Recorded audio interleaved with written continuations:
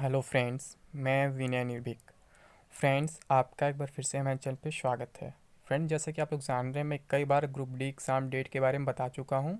फिर भी रोज़ कुछ ना कुछ लोगों का कमेंट आता ही रहता है कि फिर से मैं नया अपडेट दूँ कि एग्ज़ाम डेट कब होगा। ठीक, एग्ज़ाम डेट मतलब क्या है, एग्ज़ाम कब से स्टार्ट होगा। तो मैं सोचा क्यों ना कुछ न्यूज़ वगैरह सर्च कर लूँ, वहाँ से मैं आपको प्रूफ दे दूँ कि कब होने वाला है। तो यहाँ पे देख रहे क्या लिखा हुआ है कि RRC group D admit card 2021 जारी होने जा रहा है। रेलवे ग्रुप डी का एडमिट कार्ड, प्रवेश पत्र डाउनलोड करने से पहले बरतें ये सावधानियां। By Prabhat Khabar digital, 1 March 2021 eight 8 AM, यानी आज सुबह 8 बजे का है ये। ठीक है, तो यहाँ पे ऐसा लिखा है हेडिंग में कि जारी होने जा रहा है एडमिट कार्ड, लेकिन इसके अंदर क्या लिखा है ये आप समझेंगे तो फिर दंग रह जाएंगे। ये न्यूज़ वाले क्या करते हैं फ्रेंड्स, महज अपनी कहानी गढ़ देते हैं। बाकी आपको मालूम है कि रेलवे फिर से ट्रैक से उतर चुका है। ठीक है, रेलवे बोल क्या रहा है, कर क्या रहा है, इसीलिए विश्वास नहीं हो पाता है फ्रेंड्स। इसलिए एनटीपीसी एग्जाम डेट पे भी विश्वास नहीं हो पा रहा था, क्योंकि लोग बोलने को कुछ भी बोल देते हैं और करने को कुछ भी कर देते हैं। इसलिए फ्रेंड्स, मैं आपसे यही कहूँगा कि आप लोग केवल अपने प्रिपरेशन पे फोकस करें, बाकी किसी बात पे ध्यान न दें। अदरवाइज आपको बहुत बड़ा झटका लग सकता है ग्रुप डी एग्जाम में भी एनटीपीसी के ही तरह।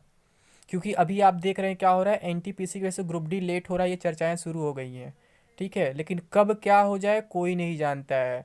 प्रेस कॉन्फ्रेंस में बोला गया था कि ग्रुप डी एग्ज़ाम जो है अप्रैल फर्स्ट वीक से स्टार्ट होगा। एक बार ये बोला गया था और एक बार ये बोला गया था कि एनटीपीसी एग्ज़ाम ओवर होते ही ग्रुप डी स्टार्ट हो जाएगा। यानी कि ये बोला गया था एनटीपीसी मिड मार्च में खत्म हो जाएगा, फिर जस्ट उसके बाद यानी कि मार्च लास्ट वीक से ही आपका ग्रुप डी स्टार्ट हो जाएगा। तो दोनों बातें कहीं से भी पॉसिबल नहीं दिख रही हैं, इसलिए चर्चाएं बढ़ गई हैं। कुछ लोग कह रहे हैं अब जून में स्टार्ट होगा, कुछ लोग कह रहे हैं मई में स्टार्ट होगा। ठीक है, और कुछ लोग जुलाई भी लेके चले जाएंगे, उनका कोई ठिकाना नहीं है। क्योंकि बहुत से लोगों का कहना अलग अलग रीज़न है कहने के पीछे। ठीक है, कुछ लोग कह रहे हैं कि एसएससी सीएचएसएल का एग्जाम है, सीजीएल का एग्जाम इस वजह से अप्रैल में एग्जाम नहीं होगा। कुछ लोग कह रहे हैं कि बंगाल इलेक्शन वगैरह है, तो इलेक्शन केवल बंगाल में नहीं है फ्रेंड्स, इलेक्शन बंगाल में भी है, असम में भी है, पुदुचेरी में भी है, तमिलनाडु में भी है और केरल में भी है। 5 स्टेट में इलेक्शन है, तो बंगाल नहीं देखना है आपको, हर जगह इलेक्शन है। तो फ्रेंड्स, ना ही इलेक्शन पे इस पे कोई इलेक्शन का इस पे कोई इफेक्ट पड़ने वाला है, और ना ही एसएससी सीजीएल या सीजीएल एग्जाम का। मैं पहले भी बता चुका हूँ कि इसका इससे कोई रिलेशन नहीं है। जहाँ पर भी इलेक्शन होगा वहाँ पे उस दिन एग्ज़ाम नहीं होगा, वो चल जाएगा। ठीक है, लेकिन केवल उस इलेक्शन की वजह से पूरे एग्ज़ाम को टालना सही नहीं है। ठीक, तो सबसे पहले मैं इस न्यूज़ को दिखाता हूँ कि इसमें कितनी सच्चाई और कितनी सच्चाई नहीं है। ठीक है, क्योंकि आप लोग रोज़ रोज़ अपडेट ही मांग रहे हैं, तो मैं सोचा इस न्यूज़ को भी दिखा दूँ कि इसमें क्या लिखा हुआ है। तो हेडिंग तो आपने देख ही लिया कि जारी होने जा रहे रेलवे ग्रुप डी का एडमिट कार्ड, प्रवेश पत्र डाउनलोड करने से पहले बरतें ये सावधानियाँ। ठीक है, तो ये देख लीजिए, अब इसका क्या लिखा हुआ है। भारतीय रेलवे जल्द ही ग्रुप डी की परीक्षा का आयोजन करने जा रहा है। इस परीक्षा में विभिन्न इकाइयों में 7वें सीपीसी पे मैट्रिक्स के स्तर 1 के तहत विभिन्न पदों के लिए रेलवे भर्ती बोर्ड इस वर्ष रेलवे भर्ती सेल आरआरसी की ओर से आरआरबी ग्रुप डी 2020 परीक्षा आयोजित होगी। अप्रैल महीने में ग्रुप डी की परीक्षा शुरू होगी, जो जून तक जाएगी। यहाँ कहा जा रहा है अप्रैल से शुरू होगी, जून तक जाएगी। जो अभी सिचुएशन आप देख रहे हैं क्या हो रहा है, महीने में ग्रुप डी की अप्रैल महीने में ग्रुप डी की परीक्षा शुरू होगी, जो जून तक जाएगी। एनटीपीसी की परीक्षा खत्म होने के बाद रेलवे भर्ती बोर्ड ग्रुप डी के पदों पर भर्ती के लिए पहले स्टेज की कंप्यूटर बेस्ड परीक्षा आयोजित करेगा। ग्रुप डी के लिए कुल 1,03,769 पदों पर भर्तियां होनी हैं। भारतीय रेलवे द्वारा जारी आधिकारिक आंकड़ों के अनुसार आरआरबी ग्रुप डी 2019-20 भर्ती के तहत 1.15 करोड़ से अधिक उम्मीदवारों ने आवेदन किया है। ठीक है, अब इसमें चयन प्रक्रिया दिया हुआ है। तो आरआरसी ग्रुप डी एग्ज़ाम चयन प्रक्रिया देखिए फ्रेंड्स, यहाँ पे इसी न्यूज़ में कई जगह आरआरसी लिख रहा है, कई जगह आरआरबी लिख रहा है, जिसका मैं आपको रीजन कई बार बता चुका हूँ। ठीक है, फिर भी कोई डाउट होगा तो आप कमेंट बॉक्स में बोल दीजिएगा। मैं फिर से रिपीट करने वाला नहीं हूँ कि आरआरसी आरआरबी में क्या डिफरेंस है और क्यों दोनों मिक्स करके लिखा जा रहा है, क्यों कहीं आरआरसी कहीं आरआरबी लिखा जा रहा है। आप लोग को इतना तो आइडिया हो ही क्या होगा, क्योंकि मैं लगभग ये बातें 4-5 वीडियो में बता चुका हूँ। क्योंकि कुछ लोग मुझे ब्लेम कर रहे थे कि एग्जाम आरआरसी कर रहे हो, तुम आरआरबी क्यों बोल रहे हो। तो मैं बता चुका हूँ इसके बारे में कि आरआरबी आरआरसी क्यों ऐसा लिखा जा रहा है बार बार, और इसमें कितना डिफरेंस है या डिफरेंस है भी या नहीं, मैं बता चुका हूँ। ठीक है, तो आगे क्या लिखा है, सीबीटी में उम्मीदवारों की योग्यता के आधार पर उम्मीदवारों को आरआरसी, यहाँ दोनों लिखना चाह रहा था वो, आरआरबी आरआरसी के खिलाफ अधिसूचित पदों की सामुदायिक वार कुल रिक्ति के लिए 3 बार आरआरसी ग्रुप डी शारीरिक दक्षता परीक्षा पीईटी के लिए बुलाया जाएगा। आरआरसी पीईटी में योग्य उम्मीदवारों को उनकी योग्यता और विकल्पों के अनुसार दस्तावेज सत्यापन के लिए बुलाया जाएगा। तो ये बिल्कुल सही है।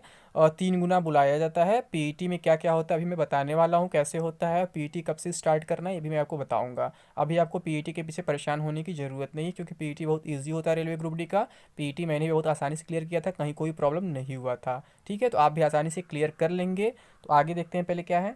आरआरसी ग्रुप डी एग्ज़ाम 2019 कैसे डाउनलोड करें। आरआरबी क्षेत्र की आधिकारिक वेबसाइट पर जाएं, RRCCEN01 2019 पर जाएं, होम पेज पर दिए गए हेल्प डेस्क और travel pass for SC ST link पर किसी भी प्रश्न को बढ़ाएं। अपने e call letter, exam city और date, intimation slip, mock link देखें और डाउनलोड करने के लिए यहाँ क्लिक करें, अपना पंजीकरण नंबर, जन्म तिथि दर्ज करें, सबमिट बटन में क्लिक करें। तो नॉर्मली सब कोई जानता है, जो लोग एनटीपीसी एग्जाम दे तो आप बिल्कुल जानेंगे कैसे क्या करना है, इसमें कोई नया इशू नहीं है। ठीक है, इस पर बात नहीं करते हैं। आप कुछ पैटर्न वगैरह समझ लेते हैं, फिर मैं बताऊंगा अपनी तरफ से कि एग्ज़ाम कब हो सकता है। ठीक है, तो सीबीटी के सामान्यीकृत स्कोर का उपयोग शारीरिक योग्यता परीक्षण पीईटी राउंड के उम्मीदवारों के लिए उनकी योग्यता के अनुसार किया जाएगा।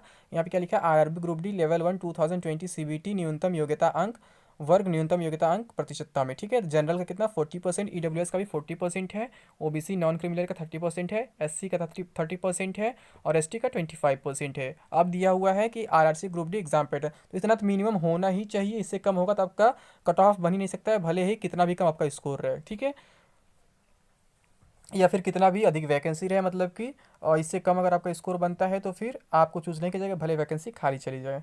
आगे क्या लिखे, RRC group D exam pattern. तो ग्रुप डी के कंप्यूटर बेस्ड टेस्ट में 100 सवाल पूछे जाएंगे। सीबीटी 100 अंकों का होगा, ये आपको मालूम होगा। परीक्षा में निगेटिव मार्किंग होगी, 3 सवाल गलत होने पर 1 अंक काटा जाएगा, ये भी आपको मालूम होगा। ठीक है, यानी कि 1/3 या निगेटिव, कहीं कहीं 1/4 निगेटिव मार्किंग होता है। तो फ्रेंड्स यहाँ देख लेते हैं फिर आगे क्या है।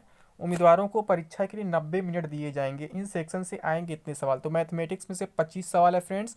मैं मैथमेटिक्स के इंपॉर्टेंट टॉपिक्स के बारे में कई बार चर्चा कर चुका हूँ। कुछ इंपॉर्टेंट टॉपिक्स होते हैं जो बार बार रिपीट करते हैं, जैसे LCM SCF हो गया, वर्क एंड टाइम हो गया, पाइप एंड सिस्टर्न हो गया, CI SI हो गया, और फिर परसेंटेज हो गया, और कह सकते हैं प्रॉफिट लॉस हो गया। ये सब टॉपिक बहुत अच्छे होते हैं फ्रेंड्स। फिर मिक्सर एंड एलिगेशन हो गया, पार्टनरशिप हो गया। ये कुछ टॉपिक जो है बहुत इंपॉर्टेंट है। अगर आप इन्हें कवर कर लेते हैं तो आप 25 में से लगभग 15-16 ईजिली कर सकते हैं, केवल 7-8 चैप्टर्स से।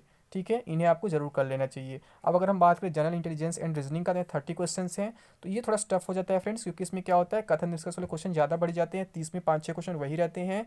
तो मैं तो यही कहूँगा कि इन्हें स्किप कर देना चाहिए। बाकी 23-24 क्वेश्चन आप इजिली कर सकते हैं। अगर घड़ी कैलेंडर नहीं आता है, तो अगर घड़ी कैलेंडर आता है तो उसे आपको अलग से पढ़ना पड़ेगा, बाकी किसी के लिए पढ़ने की ज़रूरत नहीं होती है। बाकी सब क्या क्या होता है, कॉन्सेप्ट बेस होता है। अगर आप दिमाग लगाते हैं, थोड़ा सा लॉजिकल माइंड खेल लेते हैं, तो फिर बहुत अच्छी बात है।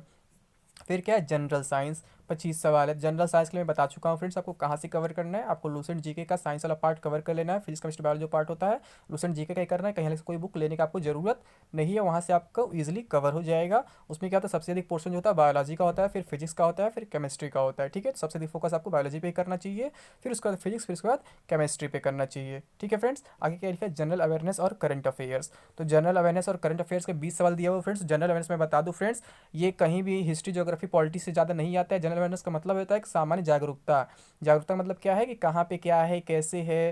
जैसे पर्वत पहाड़ नदियाँ हो गई, मान लीजिए ज्योग्राफिक पार्ट है, बट डायरेक्ट ज्योग्राफी से नहीं बोला जाता इसको। फिर कहाँ मंदिर वगैरह है, किसने बनवाया था, कैसे है। और फिर कह सकते हैं करंट अफेयर से, मतलब इसमें 10 क्वेश्चन हो सकते हैं, जो स्पोर्ट्स वगैरह से हो सकते हैं, फिर अवार्ड्स वगैरह से हो सकते हैं। ऐसे नॉर्मल क्वेश्चन होते हैं, यानी कि आपको सब्जेक्ट वाइज जनरल अवेयर्स पढ़ने की जरूरत नहीं है।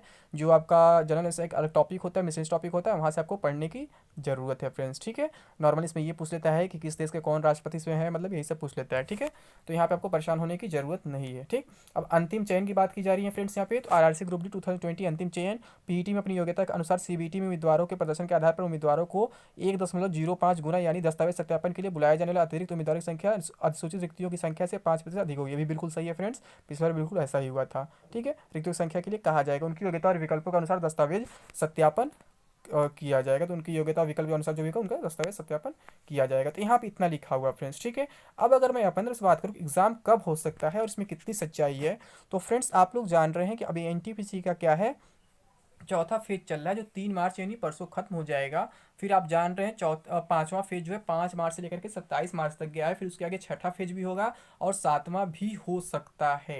ठीक है, मैं पहले भी बहुत पहले से बोल रहा था कि एनटीपीसी देर करेगा, और जब एनटीपीसी देर कर रहा है तो ग्रुप डी में भी देरी होगा, क्योंकि एग्जाम आपका आरआरबी ही करा रहा है, रिटन एग्जाम आरआरबी ही कराएगा, आरआरसी नहीं कराता है। आरआरसी आपका फिजिकल मेडिकल वगैरह कराता है। ठीक है फ्रेंड्स, तो यहाँ से आपको खुद सोच लेना चाहिए कि देरी होगा पर बहुत ज़्यादा देरी नहीं होगा, जैसे कि लोग अंदाज़ा लगा रहे हैं, कुछ लोग मई बोल रहे हैं, कुछ लोग जून बोल रहे हैं, तो ऐसा कुछ यहाँ पे नहीं होने वाला है फ्रेंड्स। ठीक है, मान के चलिए कि अप्रैल लास्ट वीक में आपका एग्जाम स्टार्ट हो जाएगा, इससे ज़्यादा लेट नहीं होगा।